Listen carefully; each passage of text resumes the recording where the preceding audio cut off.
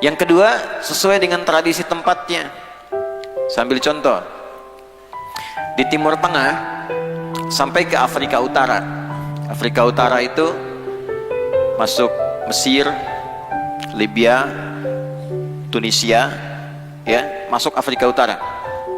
Itu kalau melihat ulama yang mereka sifati dengan ayat namanya. Ayat itu tanda-tanda keagungan Allah dari pengetahuan yang dititipkan pada orang itu. Itu dicium kepalanya, Pak. Jadi begitu bertemu, ya, itu langsung dia minta kepalanya begini, dicium. Nah, itu tanda penghormatan. Oh, di kita kurang biasa dilakukan. Coba ada kiai keluar dari masjid, tarik kepalanya. Disangka nggak hormat kan? Nah, itu beda. Nah, itu adalah penghormatan yang sesuai tradisi lingkungannya. Kaidah di usul fikihnya al-adatul muhakkamah. Adat itu bisa menjadi hukum. Ya, saya kalau ke Timur Tengah, ke Mesir, ke Libya itu ya begitu. Tarik, bawa, cium begini kepalanya itu. Yang paling menarik apa? Dari Mekah diantar ke Jeddah. Ada kawan ulama, ternyata dimampirin ke rumahnya, anaknya disuruh turun. Baru saya turun dari mobil, tuh anak kecil udah narik kepala begini. Ya. Nah, itu tradisinya beda. Sama dengan ini, Bu, ibu kalau sudah, mohon izin, mohon maaf kalau kalimat ini kurang baik menatanya. Misal usia di atas 60, Bu. Ya, sudah cukup senior gitu, di atas 60, yang kalaupun pakai jilbab atau jilbabnya mulai terbatas, itu tidak banyak berpengaruh. Itu bagi orang-orang di kalangan Arab, cara menghormatinya itu dicium ini bagian kening atas kepala ini. Demikian. Kemarin ada kasus viral kan, seorang bapak yang di Saudi itu memberikan pemaafan kepada, maaf, pembunuh anaknya itu. Terus ibunya datang mau cium kakinya kan. Lihat nggak videonya kemarin? Oh, makanya jangan nonton bola terus gitu ya. Gitu ya. Itu kan langsung kemudian jangan terlalu begitu gitu kan. Lalu yang saya ingin lakukan, saya ingin cium ini aja kepalanya si ibu itu. Dicium sama bapaknya bagian kepalanya tuh. Ya, untuk apa? Saya melakukan ini karena menghormati Anda sebagai ibunya yang telah melahirkannya, yang telah merawatnya sejak kecil. Mungkin dia hilang arah, tapi saya lakukan sekarang menghormati Anda dengan memaafkan dia, bukan karena perilakunya, tapi karena Anda sebagai ibunya. Maka diberikan penghormatan dengan mencium bagian kepalanya. Itu tradisi di sana. Ya. Tapi kalau bapak di sini lihat ibu-ibu, bapak cium bagian ininya, jadi fitnah. Ada teman-teman syekh dari Al-Azhar, saya punya beberapa sahabat datang ke pesantren. Begitu lihat ibu saya tuh, kan ibu saya sudah 74 tahun tuh, itu yang pertama dilakukan apa? Datang dicium bagian kepalanya di sini tuh. Inilah keberkahan kata yang ada pada ibu dan seterusnya. Tapi apa yang terjadi? Ibu saya malah bingung. Dia bilang, ayo tenanawan gitu. Nah, jadi tidak semua tradisi-tradisi itu bisa berlaku di setiap tempat. Akhirnya besok-besok ada yang tanya lagi temennya, Syekh, kalau di Indonesia gini gimana? Katanya takutnya nggak sama tradisinya. Di Jawa tidak sama dengan Sumatera. Sumatera tidak sama dengan Kalimantan. Kalimantan mungkin ada beda dengan Sulawesi. Ya, ada teman-teman dari Sulawesi yang sedang menghafal Quran di sini. Tradisinya mungkin beda. Jawa sebagian bertemu syekhnya untuk begini, ada jalannya menunduk. Sebagian tempat mewarisi tradisi masa-masa lalu dari kerajaan, diperbaiki pelan-pelan, penghormatan pada ilmu kiainya gitu. Ada yang demikian. Berlaku di tempat itu. Mungkin bagi yang melihat secara umum bisa berbeda. Kok sampai segitunya gitu. Ya memang segitu di tempat itu. Jadi standar. Di tempat lain belum tentu. Jadi apa yang berlaku misalnya di Jawa belum tentu di bagian Sunda itu bisa begitu. Di bagian Jawa tertentu ayam kiai aja dihormatin. Ya, di Sunda kalau bisa dipuncit we katanya. Sebagian biasa saja. Coba lihat, kiai bawa sepeda, bawa motor, itu yang jalan pada diem semua. Duh, tradisinya begitu. Sebagian tempat lain cuek aja biasa, jalan.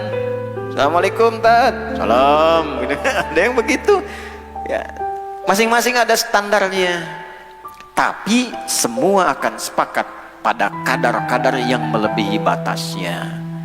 Kalau sudah melebihi batas gak boleh.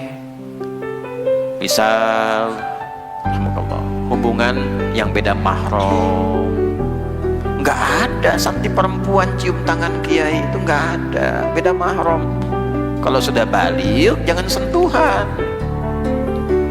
Yang santi-santi perempuan tuh saya ajarkan di pesantren kami itu, yang perempuan nggak boleh pegang tangan saya, gini aja cukup, udah.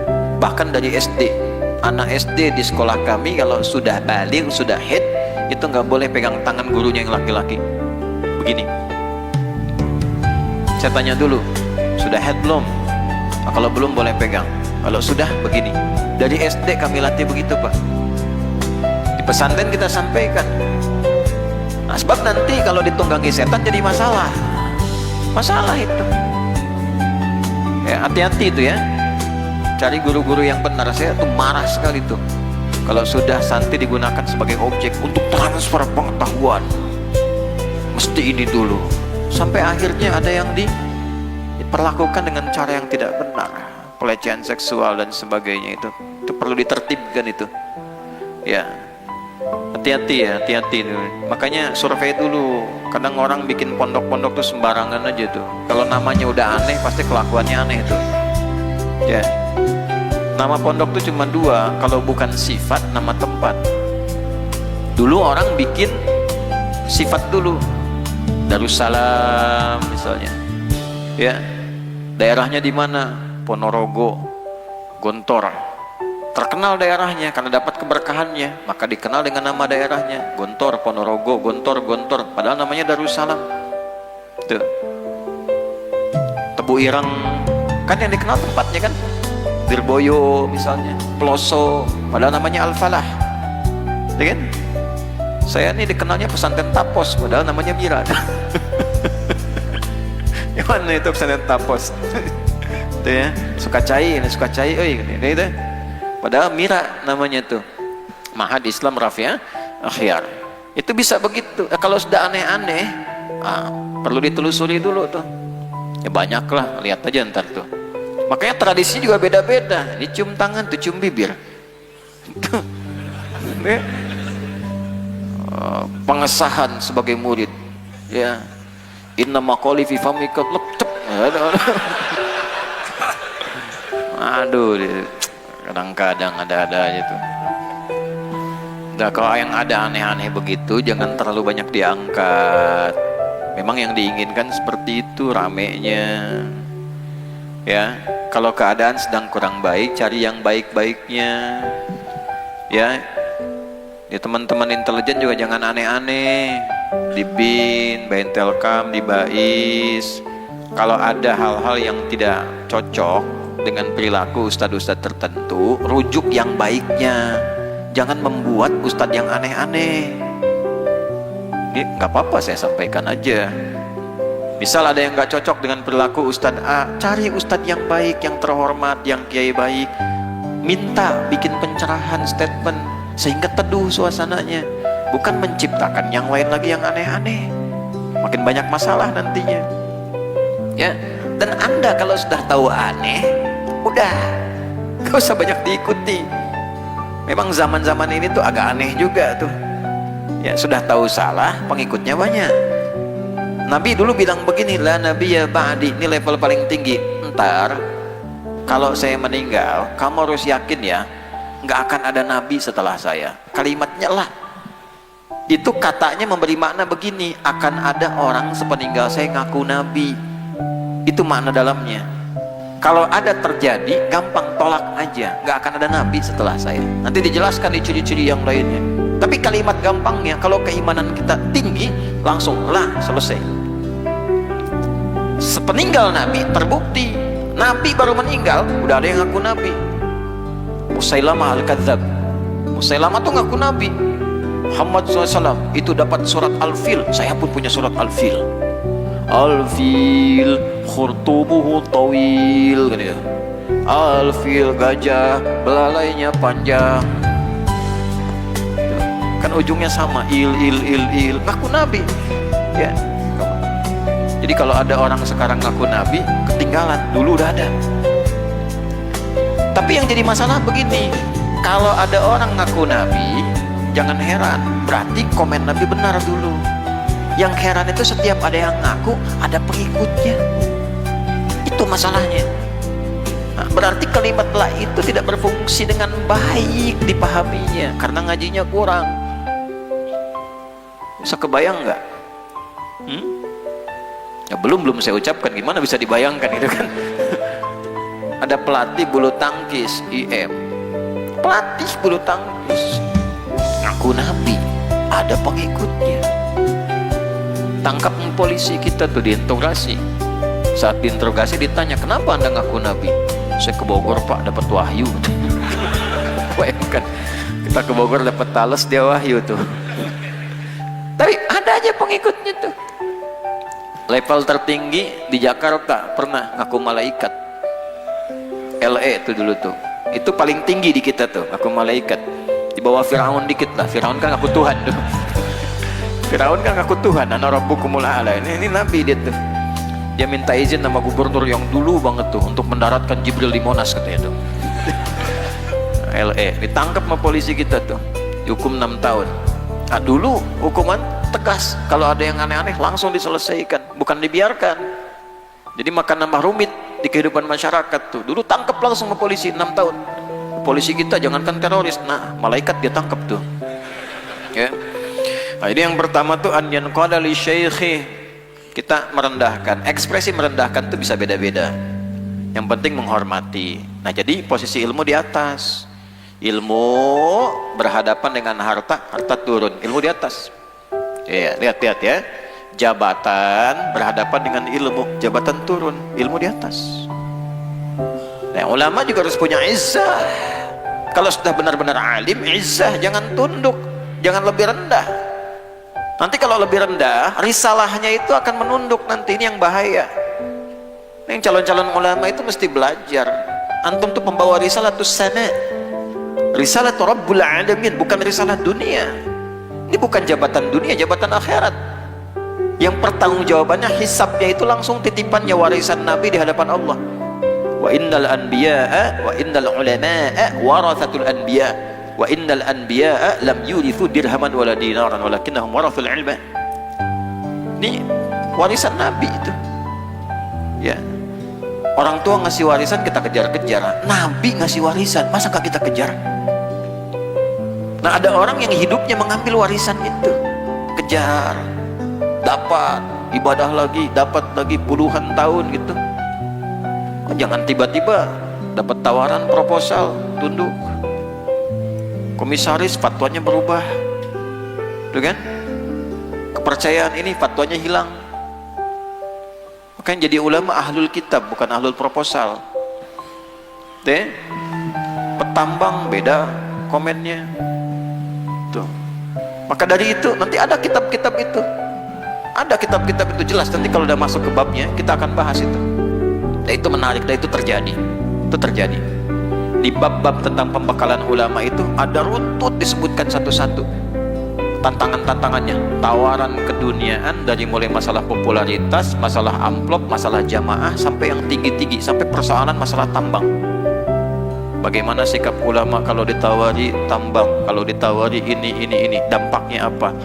Kalau menolak bagaimana, kalau diterima resikonya apa? Itu sampai ada semua pembahasannya, rinci. Untuk apa? Menjaga muru'ah. Nah, sebaliknya kalau Anda mau ngaji bertemu dengan ulama yang seperti ini, cara menghormatinya tadi, Anda boleh jadi sekaya apapun dalam urusan dunia, tapi ketika bertemu ulama yang begini, simpan dulu dunianya. Jangan karena merasa kekayaan banyak, undang ulama, undang kayak undang artis. Jadwalnya ngatur sendiri. Saya kalau ada orang undang, jadwal yang ngatur sendiri, itu udah pasti biasanya 100% ditolak tuh. Kecuali kalau mengajukan biasa. Ya. Datang diundang. Ulamanya diminta ceramah, dianya makan. Nah, itu ilmunya gak akan masuk dengan baik gitu. Gak akan masuk. Bagi yang ingin menuntut ilmu dengan benar ya. Kalau bagi pemula yang belum tahu, dibalik. Nanti ada babnya bagi guru. Bagaimana menoleransi sikap demikian kalau belum paham babnya. Nah, itu babnya khusus untuk para da'i-da'i dan para ulama. Jadi kalau sudah masuk di lingkungan demikian belum paham babnya, nggak boleh marah. Bapak kok nggak menghormati saya ngajar bapak makan. Nah, bukan begitu caranya. Ada lagi bab lainnya. Tapi karena ini babnya buat kita yang ngaji, status dunia itu ketika berhadapan dengan ilmu yang rabbani dia rendah. Anda pangkat setinggi apapun duniawi, ya jaga. Saya misalnya dapat undangan tuh. Pernah satu kali saya dapat undangan dari istana, langsung ditelepon ini, telepon itu dan sebagainya. Undangannya Kamis pagi untuk acara Kamis malam. Doa dengan ulama-ulama lain, tokoh-tokoh lain. Udah gambarkan. Tapi sudah ada janji tabligh akbar di saat yang sama. Tuh.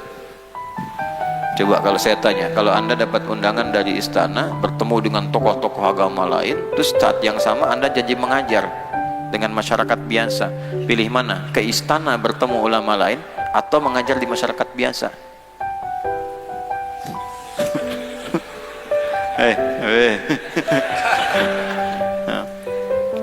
Apa yang saya lakukan? Ya, saya konsisten untuk mengajar di masyarakat dulu karena sudah janji dan melihat bahwa sudah ada ulama yang lain, sehingga kehadiran kita pun tidak menjadi prioritas. Ya, kalau hanya untuk melengkapi daftar hadir, kasihan masyarakat yang nunggu. Akhirnya saya minta maaf, ini sudah ada jadwal, masyarakat nunggu. Setelah itu saya ketemu salah satu menteri, saya sampaikan, tolong sampaikan permintaan maaf saya karena sudah janji ribuan orang tuh masyarakat nunggu. Kalau saya tinggalkan mengejar ke sana, nanti malah citra dari beliau yang kurang baik. Karena ditinggalkan orang udah siap pasang tenda, pasang ini, pasang itu. Nih kasus kedua nih, ini nyata. Saya ada jadwal diundang pada satu perusahaan besar sekali, mau ngaji tuh. Jadwalnya Rabu. Satu kali hari Selasa saya konfirmasi tanya, gimana jadwal besok itu? Jam berapa? Udah siap? Disampaikan Ustadz, ternyata tempat yang akan kita gunakan akan diisi acara lain, kita hold dulu ya. Oh, saya bilang gak usah di hold, di cancel aja. Khawatirnya nanti ada yang ngaji yang lain. Oh, baik, nanti katanya kita akan atur lagi. Ditutup telepon, datang telepon lain.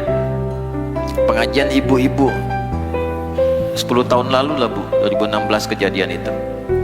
Saya masih di jalan Pulau Ribung tuh ya, yang kalau lewat Pulau Ribung setelah Masjid Ramadan ada polsek, lurus ada pertigaan, yang sekarang ada perempatan begini, terus toko mainan tuh setelah Akenah sebelah kanan, persis teleponnya di situ tuh. Sekarang jadi rumah sakit tuh, ada setelah itu kan ada rumah sakit ya, Omni itu tuh bawahnya tuh kuburan itu. Nggak tahu tuh ya. Dah. Jadi dapat telepon itu, begitu ditutup, ibu-ibu udah di Bintara telepon. Dulu sempat saya masih ngajar tuh 5 orang, 6 orang. Ustadz besok, Ustadz kosong nggak? Kita pengen belajar gini. Oh iya, saya bilang pas qadarullah itu tadi saya mau ngisi nggak bisa, jadwalnya berubah. Insya Allah saya datang di waktu yang sama. Begitu ibu ini tutup, yang pertama telepon lagi. Ustadz mohon maaf ada kesalahpahaman, ternyata tempatnya bisa kita gunakan, jadi tat besok. Nah, kalau antum di posisi itu tuh gimana? Datang ke perusahaan besar dengan minta maaf pada ibu-ibu, atau minta maaf ke perusahaan besar karena mau ngajar di ibu-ibu?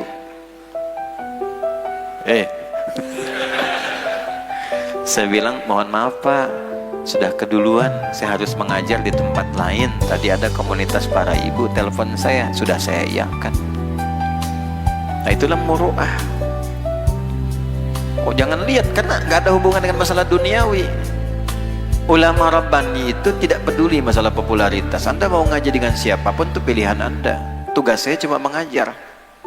Nggak ada masalah bagi kami. Anda datang, tidak datang, mau populer mau tidak, nggak ada masalah. Karena bukan itu tujuannya. Ya, ada kiai itu pernah ngajar, ini kisah nyata. Muridnya banyak, semangat ngajarnya itu. Tiba-tiba muridnya tinggal satu. Karena ada keperluan diantara murid, tinggal satu. Itu nggak berubah cara ngajarnya, semangat kayak gitu. Ada orang lihat, dia bilang, Syekh, kemarin murid banyak, ngajarnya semangat. Itu murid atuh, ngajarnya semangat juga. Kenapa bisa begitu katanya? Apa jawaban beliau? Saya mengajar itu bukan karena murid. Saya mengajar itu karena amanat yang Allah titipkan melalui diri saya ini. Hisab itu mau satu mau banyak, hisabnya sama aja sepanjang masih ada yang belajar. Itu nggak mudah. Jadi bagi ulama yang level 1 dan 2 sudah dibahas, mau masuk ke 3 yang kita hormatin ini, sudah masalah dunia itu sudah nggak ada di pikirannya. Bukan masalah amplop. Ini amplopnya tipis tebal nih. Tipis doif nih gitu ya. Yang ini kayaknya tebal, minta maaf akhirnya. Tebal sahih ini. Tapi kalau tipis-tipis kajiannya cuma banyak 1, 2, 3. Wah hari ini 5 jadwal. Amplop tipis-tipis tapi banyak. Sohili goirihi ini. Nah, kayaknya dulu tahun 2000-an awal itu ada candaan ulama tapi bermakna. Ulama zaman ini seperti air ya katanya. Ada yang seperti air hujan, dia nggak bedain, datang ke sini, datang ke sini, rata. Hujan kalau turun kan rata. Walaupun kadang hujan lokal, tapi tetap rata kan. Terkena rumput dapat, mawar dapat, dan seterusnya. Ada yang mata air, fisiknya sudah tidak mampu datang ke banyak tempat, tapi orang datang ke situ untuk mengambil keberkahannya, belajar ilmunya, mata air. Yang ketiga ada ulama air pump, yang kalau tagihan yang nggak dibayar nggak keluar tuh. Ya berapa dulu amplopnya, apa fasilitasnya, apa kalau orang dunia itu ridernya apa namanya tuh, ya fasilitasnya apa tuh, ridernya apa tuh gitu ya, dan sebagainya. Nah itu bagi ulama-ulama Rabbani itu nggak ada pikiran begitu ya, dan gak mikirin mau ini mau itu, yang karena udah tahu wa may yattaqillah yaj'al lahu makhraja wa yarzuqhu min haitsu la yahtasib. Karena sudah paham, sudah merasa punya Allah, sudah paham, nggak mikirin tuh, tugas saya kan cuma ngajar, Allah udah janji ngasih rezekinya, sudah selesai. Itu kalau udah begitu dunia kecil. Tapi untuk sampai ke level itu mesti ada tahapan. Nggak bisa langsung lompat begitu tuh, nggak bisa.